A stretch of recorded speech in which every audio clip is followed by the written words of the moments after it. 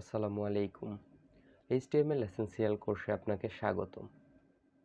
আজকে আমরা দেখব কিভাবে একটি HTML ফাইল ক্রিয়েট করতে হয় এবং কেন আপনি HTML ফাইল ক্রিয়েট করবেন। আপনি যদি একটি ওয়েব ডিজাইন করতে চান তাহলে আপনাকে একটি ফাইল ক্রিয়েট করতে হবে এবং সেই ফাইলটি আবার আপনাকে গুগল ক্রোম অথবা মজিলা ফায়ারফক্স যে কোনো একটিতে ইউজ করতে হবে। তাই আজকে দেখানোর চেষ্টা করব। আশা করছি মনোযোগ সহকারে ভিডিওটি দেখবেন। আপনি যদি কিছু শিখতে চান তাহলে ভিডিওটি কন্টিনিউ করুন, আর যদি কিছু শিখতে না চান তাহলে ভিডিওটি স্কিপ করে চলে যেতে পারেন।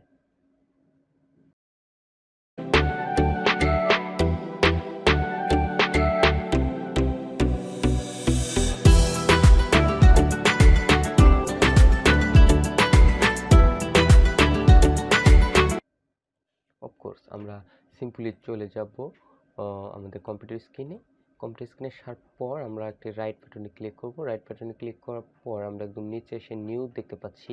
এই নিউতে আসার পর আমরা এই ফোল্ডার থেকে একদম নিচে আসবো। নিচে এসে আমরা যে দেখতে পাচ্ছি টেক্সট ডকুমেন্ট, সেখানে একটি ক্লিক করব। সেখানে একটি ক্লিক করার পর আমাদের দেখতে পাচ্ছেন একটি নিউ ডকুমেন্ট, একটি ফাইল ক্রিয়েট হয়ে গেছে এবং আবারও দেখিয়ে দিচ্ছি আপনাদের।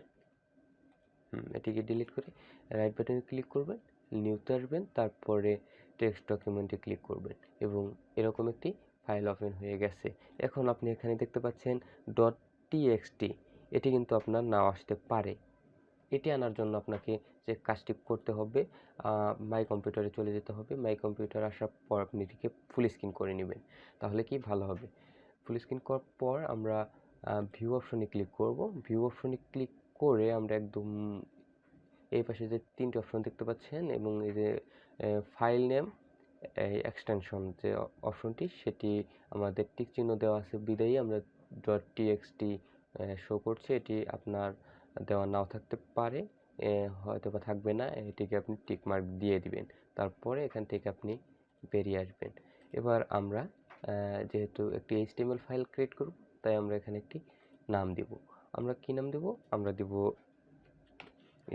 Index, INDEX, index dot HTML দেওয়ার পর আমরা ইন্টারে ক্লিক করব। ইন্টারে ক্লিক করার পর আমরা ইয়েসে ক্লিক করব। দেখতে পাচ্ছেন আমাদের এখানে কিন্তু আপনার মজিলা ফায়ারফক্সের একটি আইকন চলে এসেছে। এটি কিভাবে আনবেন? এটি আনার জন্য আমরা আবারও রাইট বাটনে ক্লিক করব। এখানে এসে এই আপনার ইন্ডেক্সে এসে ইন্ডেক্স থেকে রাইট বাটনে ক্লিক করব, করে প্রপার্টিসে যাব। প্রপার্টিস আসার পর এখানে আমরা দেখতে পাচ্ছি চেঞ্জ আইকনে ক্লিক করে এখান থেকে আপনি সিলেক্ট করে দিতে পারেন। যদি না আসে তাহলে ফর অ্যাপসে ক্লিক করে এখান থেকে আপনি সিলেক্ট করে দিতে পারেন। আমরা মজিলা ফায়ারফক্সই রাখছি। ওয়েব ডিজাইনের জন্য মজিলা ফায়ারফক্সই বেস্ট। হ্যাঁ, এবার আমরা ওকে করে দিব। ওকে করে দেওয়ার পর এটিকে আমরা চালু করার জন্য আবার আমরা রাইট বাটনে ক্লিক করব। রাইট বাটনে ক্লিক করে আমরা এডিট উইথ আপনার নোটপ্যাড অথবা আপনি যে কোনো একটি এডিটরে এটিকে কিন্তু ব্যবহার করতে পারেন। তার আগে আমরা আসি কিভাবে আমরা কি নোটপ্যাড ইউজ করতে পারি। আপনি যদি যেহেতু বেসিকে আমরা আসলে মূলত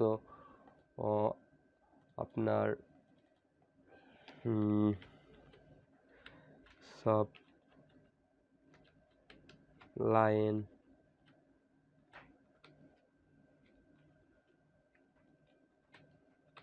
টেক্সট নামে এডিটর রয়েছে, তারপরে আপনার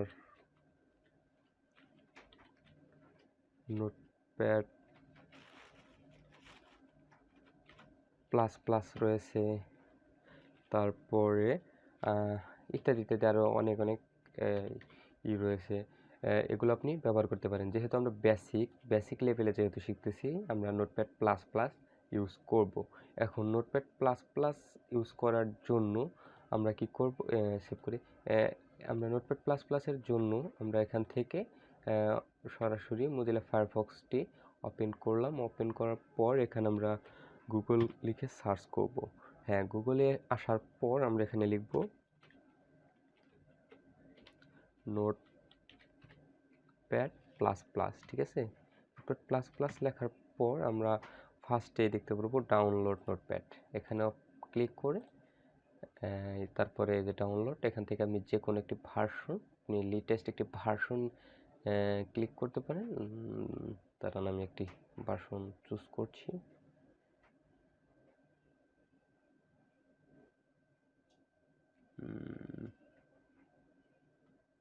দেখুন, একটা আমি ভার্সনে ক্লিক করলাম। ক্লিক করার পর এখানে আপনি, আপনার যদি 32 বিট হয়ে থাকে কম্পিউটার, এখান থেকে আপনি 32 বিট ডাউনলোড করতে পারবেন। শুধুমাত্র সিম্পলি ডাউনলোড অপশন ক্লিক করলেও চলবে, এবং এখান থেকে আপনি পোর্টেবল ইনস্টলার বিভিন্নভাবে আপনি কিন্তু এখান থেকে ডাউনলোড করতে পারবেন। আশা করছি আপনার ডাউনলোড জিনিসটি বুঝতে পারেন, এবং এখান থেকে আপনি ডাউনলোড করবেন। হ্যাঁ, ডাউনলোড হয়ে গেলে আপনি সরাসরি এখান থেকে নোটপ্যাড প্লাস প্লাস অপশনটিতে ক্লিক করে ফাইলটিকে ওপেন করবেন। আশা করছি বিষয়টি আপনি বুঝতে পেরেছেন, এবং আশা করছি পরবর্তী ভিডিওতে আমি পরবর্তী বেসিক সম্পর্কে আলোচনা করার চেষ্টা করব। সে অবধি ভালো থাকুন, সুস্থ থাকুন, এবং রবিন অনলাইন 360 ইউটিউব চ্যানেলের সাথেই থাকুন।